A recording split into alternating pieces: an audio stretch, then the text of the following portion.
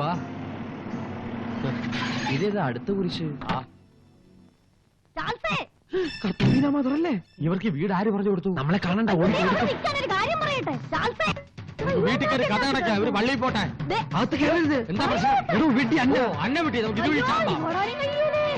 ഓടിക്കോ. അവർക്ക് പേളിരിക്കുക. കടിച്ച കുത്തിവെക്കാൻ എനിക്ക് പുക്കളില്ല. എന്നെ ഓടിച്ചേക്കാണ് ഉമാർക്ക് നേർച്ച ഉണ്ടെന്ന് തോന്നുന്നു. അയ്യോ, വീടിനൊരു വരം വന്നെങ്കിൽ എനിക്ക് വയ്യ.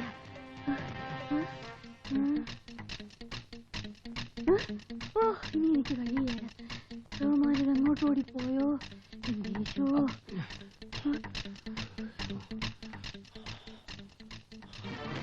മാതാവ് പോയി.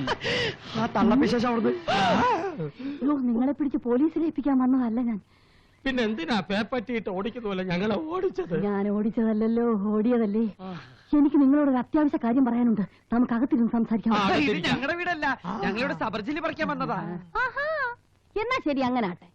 പക്ഷെ രാവിലെ മഠത്തിലെ വാച്ചർ തോമയാണ് നിങ്ങൾ അന്നയുമായി ഈ വീട്ടിൽ താമസം തുടങ്ങിയ കാര്യം എന്നോട് പറഞ്ഞത്. അപ്പൊ ഏത് തോമ, എന്ത് തോമ? ഞങ്ങൾ ഇപ്പഴാ ഇങ്ങോട്ട് വന്നത്. അന്നൈ വേളാങ്കണ്ണി മാതാവാണ്. ഞങ്ങൾ അന്നയെ കണ്ടിട്ടില്ല മാതാവേ. കണ്ടിട്ടില്ലെങ്കിൽ വേണ്ട, പക്ഷെ അവൾ ഇവിടെ ഉണ്ടെങ്കിലേ ദയവ് ചെയ്ത് അവളെ വെളിയിൽ കാണിക്കരുതെന്ന് പറയാനാണ് ഞാൻ ഇപ്പൊ വന്നത്. നിങ്ങൾ ഇവിടെ ഉണ്ടെന്നറിയാൻ കഴിഞ്ഞത് തന്നെ അന്നയുടെ ഭാഗ്യമാണ്. എന്റെ പൊന്നു ചാൾസേ, നീ അവളെ തട്ടിക്കൊണ്ടുപോയി അറിഞ്ഞ് നിന്നെ ഞാൻ ഒരുപാട് ശപിച്ചിട്ടുണ്ട്.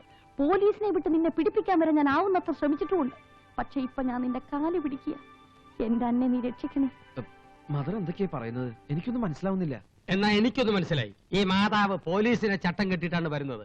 ആ കാക്കിച്ചേട്ടന്മാർ എത്തുന്നതിന് മുമ്പ് നമുക്ക് രക്ഷപ്പെടാം. അങ്ങനെ ഒരിക്കലും ധരിക്കരുതേ. കർത്താവിനാണ് സത്യം. അന്നയെ കൊല്ലാനായി തലങ്ങും വിലങ്ങും ആളുകൾ തക്കം പാർത്ത് നടക്കുകയാണ്. ഇനി നിങ്ങൾ വിചാരിച്ചാൽ മാത്രമേ അവിടെ രക്ഷിക്കാനാവൂ.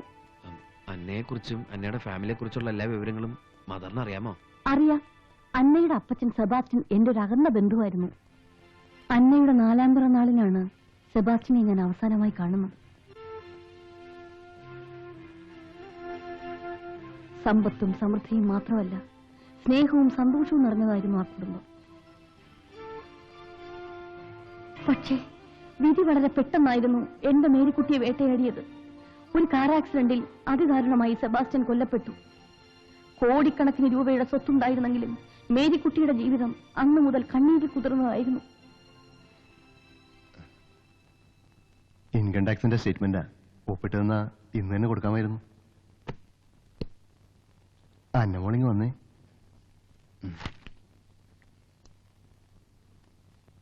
സെബാസ്റ്റ്യൻ സാർ മരിച്ചിട്ട് വർഷം 1 കഴിഞ്ഞു.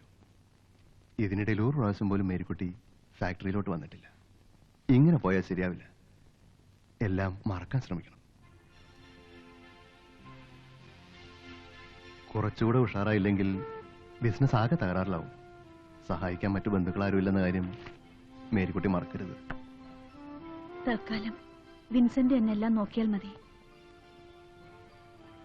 എല്ലാത്തിനും താങ്ങും നടനുമായി നിന്നിരുന്ന വിൻസെന്റ് മേരിക്കുട്ടിയുടെ ജീവിതത്തിലേക്ക് കടന്നു വന്നപ്പോൾ ആരും അത്ഭുതപ്പെട്ടില്ല. നേരത്തെ തന്നെ വിഭാര്യനും ഒരു കുട്ടിയുടെ പിതാവുമായ വിൻസെന്റ് തനിക്കും തന്റെ മകൾക്കും സന്തോഷം നിറഞ്ഞൊരു ജീവിതം തരുമെന്ന് മേരിക്കുട്ടി ആശിച്ചു. അന്നയും വിൻസെന്റിന്റെ മകൻ ബിജോയും മേരിക്കുട്ടിയുടെ മക്കളായി തന്നെ ആ ബംഗ്ലാവിൽ കഴിഞ്ഞു. പക്ഷെ മേരിക്കുട്ടിക്ക് തെറ്റുപറ്റി. എല്ലാം വിൻസെന്റിന്റെ കൈപ്പിടിയിൽ ഒതുങ്ങി കഴിഞ്ഞപ്പോഴാണ് അയാളുടെ തനി സ്വരൂപം മനസ്സിലായത്. സ്വന്തം മകനെപ്പോലെ മേരിക്കുട്ടി വളർത്തിയ ബിജോയ് പ്രായമായി കഴിഞ്ഞപ്പോൾ അന്നയുടെ ശത്രുവായി മാറി. അവൻ ആവശ്യം അന്നയുടെ പേരിലുള്ള കോടിക്കണക്കിനുള്ള സ്വത്തുക്കൾ മാത്രമായിരുന്നു. എന്താണ് നീ ചെക്കിൽ ഒപ്പിടാഞ്ഞത്? ഇന്നലെ അക്കൗണ്ടിൽ നിന്ന് 2 ലക്ഷം രൂപ എടുത്തത്. അതിന് ചേട്ടൻ എന്തിനാ എന്നും ഇതിന് മാത്രം രൂപയുടെ ആവശ്യം? നിന്റെ തന്തയ്ക്ക് സ്വർഗത്തിലേക്ക് അയച്ചു കൊടുക്കാൻ. ഞാൻ ഒരു കാര്യം പറഞ്ഞേക്കാം. മര്യാദയ്ക്ക് പറയുന്നതനുസരിച്ച് നിൽക്കാമെങ്കിൽ നിനക്ക് നിന്റെ തള്ളയ്ക്ക് ജീവിച്ചു പോവാം. അല്ലെങ്കിൽ രണ്ടിനെയും വെട്ടി നുറുക്കി ചെവി അറിയാതെ കുഴിച്ചുമൂടി ഞാൻ. എഴുതി ഒപ്പ്. അങ്ങനെ എന്നെ വരട്ടെ, ഒപ്പിടിപ്പിക്കാന്ന് കരുതണ്ട. എന്റെ ഡാഡിയുടെ സ്വത്താ ഇതൊക്കെ. നിങ്ങളും നിങ്ങളുടെ അച്ഛനും കൂടി ഇത്ര നാളും ഞങ്ങളെ ചതിക്കായിരുന്നു. ഇനി ഒരു ചില്ലി കാശ് ഞാൻ തരില്ല. നീ ഒപ്പിടില്ലല്ലേ? ഇല്ല ഇല്ല ഇല്ല, എന്നെ കൊന്നാലും ഞാൻ ഒപ്പിടില്ല. ഞാൻ എന്റെ കുഞ്ഞിനെ ആദ്യം തല്ലു തരേണ്ടത് നിങ്ങൾക്കാണ്. നീ അത് പറയണോടാ. എന്റെ അന്നമോളും നീയും തമ്മിൽ ഒരു വ്യത്യാസവും ഞാൻ കണ്ടിരുന്നില്ല. അത്ര ഓമനിച്ചാ നിന്നെ ഞാൻ വളർത്തിയത്. മിണ്ടാതിരി തള്ളേ. ഈ ചെക്ക് മാത്രമല്ല, ഇവളുടെ പേരുള്ള സ്വത്ത് മുഴുവൻ ഞാൻ ഒപ്പിട്ട് മേടിക്കും. എന്റെ അച്ഛനും കൂടെ സമ്പാദിച്ചതൊക്കെ. നിർത്തടാ. നിന്റെ അച്ഛനും നീയും കൂടി എല്ലാം നശിപ്പിച്ചിട്ടേ ഉള്ളൂ. അവൾക്ക് ഇഷ്ടമുണ്ടെങ്കിൽ തരുന്നത് മേടിച്ചോണം, ഇല്ലെങ്കിൽ തനിയെ ജോലി ചെയ്ത് സമ്പാദിക്കണം. മേരിക്കുട്ടി എന്തിനാ ഇങ്ങനെ വാശി പിടിക്കുന്നേ? ആ ചെക്കങ്ങ് ഒപ്പിട്ട് കൊടുക്കാൻ പറ. 4-5 ലക്ഷം രൂപ അവന്റെ ആവശ്യത്തിന് എടുത്താ ഇവിടെ മുടിഞ്ഞു പോകത്തൊന്നുമില്ലല്ലോ. വിൻസെന്റ് ആണ് ഇവനെ വഷളാക്കുന്നത്. സാരമില്ല, ഇവളുടെ ചേട്ടനല്ലേ അവൻ. ഇല്ല, എനിക്ക് ചേട്ടനുമില്ല, അച്ഛനുമില്ല, ആരുമില്ല. നിങ്ങളുടെ കൂടെ കൂടിയ പിന്നെ എനിക്ക് എന്റെ അമ്മ പോലും ഇല്ലാതായി. 9:30 ട്രെയിൻ. വേഗം റെഡിയാക. അതിനു മുമ്പ് ഈ പേപ്പറിലൊക്കെ എന്റെ പൊന്നു മോൾ ഒപ്പിട്ടതാ. പോകുന്നുണ്ട് എന്റെ മുമ്പിന്ന്. പോകാം, പക്ഷേ നിന്നെ പറഞ്ഞയച്ചിട്ടേ ഞാൻ പോവും. ഹോസ്റ്റലിലേക്കല്ല.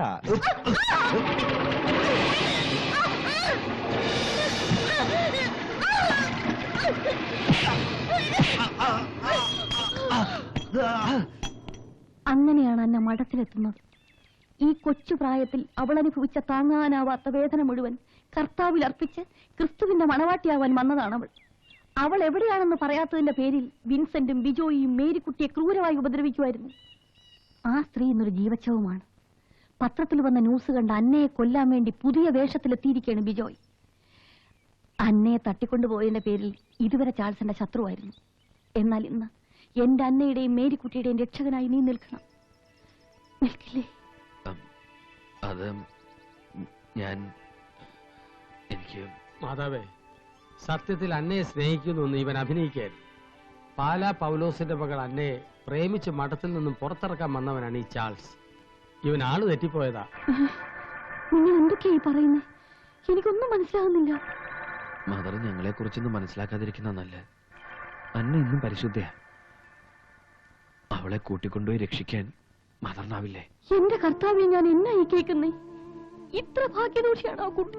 ജീവനിൽ ഭയന്ന് ഒളിച്ചു താമസിച്ചിരുന്ന എന്റെ അന്നയെ കൊലക്കി കൊടുക്കുമായിരുന്നു നിങ്ങളല്ലേ? കർത്താവ് പൊറുക്കുകയില്ല. ഇല്ല, ആരെയും കൊലക്കി കൊടുക്കാൻ എനിക്കാവില്ല.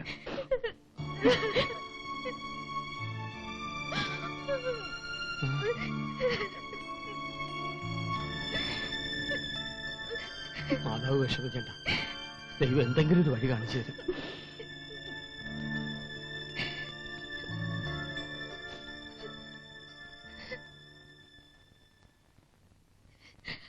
എന്നോട് ക്ഷമിക്കണം. ഞാൻ ചാൾസിനെ ഒത്തിരി ബുദ്ധിമുട്ടിച്ചു. ആത്മാർത്ഥമായി ചാൾസ് എന്നെ സ്നേഹിക്കുന്നു എന്ന് കരുതിയിട്ടാണ് ഞാൻ അങ്ങനെയൊക്കെ ചെയ്തത്. എപ്പോഴെല്ലാം മനസ്സിലായി. ഞാൻ പോവാണ്. എങ്ങോട്ട്? അറിയില്ല. എങ്ങോട്ട് പോകാനും തയ്യാറാണ്. എന്ത് നേരിടാനും ഒരുക്കമാണ്. ഇനി എനിക്കൊന്നും ആലോചിക്കാനില്ല. മനസ്സിലുണ്ടായിരുന്ന അവസാനത്തെ ആശ പോലും നഷ്ടപ്പെട്ടവളാണല്ലോ ഞാൻ. അന്നയോട് എന്ത് പറഞ്ഞ് മാപ്പ് ചോദിക്കണമെന്ന് എനിക്കറിയില്ല. ഒന്നും മനഃപൂർവ്വമായിരുന്നില്ല എന്നതാണ് സത്യം. ജീവിതത്തിന്റെ നിൽക്കക്കല്ലില്ലായ്മ കൊണ്ട് തെറ്റുകളിൽ നിന്നും തെറ്റുകളിലേക്ക് ഞാൻ വീണുപോയി. യാതൊരു തെറ്റും ചെയ്യാത്ത എന്നെ എന്തിനാണ് ചാൾസ് വഞ്ചിച്ചത്? എന്നോടൊന്നും ചോദിക്കരുത്. എന്തിനാന്ന് ചോദിച്ചാ എനിക്ക് എന്റേതായ കാരണങ്ങളുണ്ട്. എന്റെ അവസ്ഥ അതാണ്. ഇനിയെങ്കിലും ഒരു സത്യം അന്ന അറിയണം. ഞാൻ കോടീശ്വരനല്ല, തെരുവുതണ്ടിയാ. അനാഥനായ തെരുവുതണ്ടി. ഒരിക്കലും അന്നെ പോലൊരു പെണ്ണിനെ സ്വന്തമാക്കാൻ ഞാൻ യോഗ്യനല്ല. ഞാൻ ചാൾസിന്റെ പണം കണ്ട് മോഹിച്ചിട്ടില്ല. സ്വത്തൊരു ശാപമായി തീർന്നവളാണ് ഞാൻ. എന്നോട് ചാൾസ് കാണിച്ച സ്നേഹം സത്യമായിരുന്നെങ്കിൽ ഈ അന്ന എത്ര ഭാഗ്യവതിയായിരുന്നു. ഈ ചാൾസിന്റെ സ്നേഹം നിനക്ക് അത്രയ്ക്ക് വിലപ്പെട്ടതാണെങ്കിൽ ഇന്നും എന്നും നിന്നോടൊപ്പം സ്നേഹം ഉണ്ടാവും. എല്ലാം ഉണ്ടായിട്ടും അനാഥയായ എന്നെയും ആരോരുമില്ലാത്ത അനാഥനായ ചാൾസും നിന്നെ എനിക്ക് വേണം.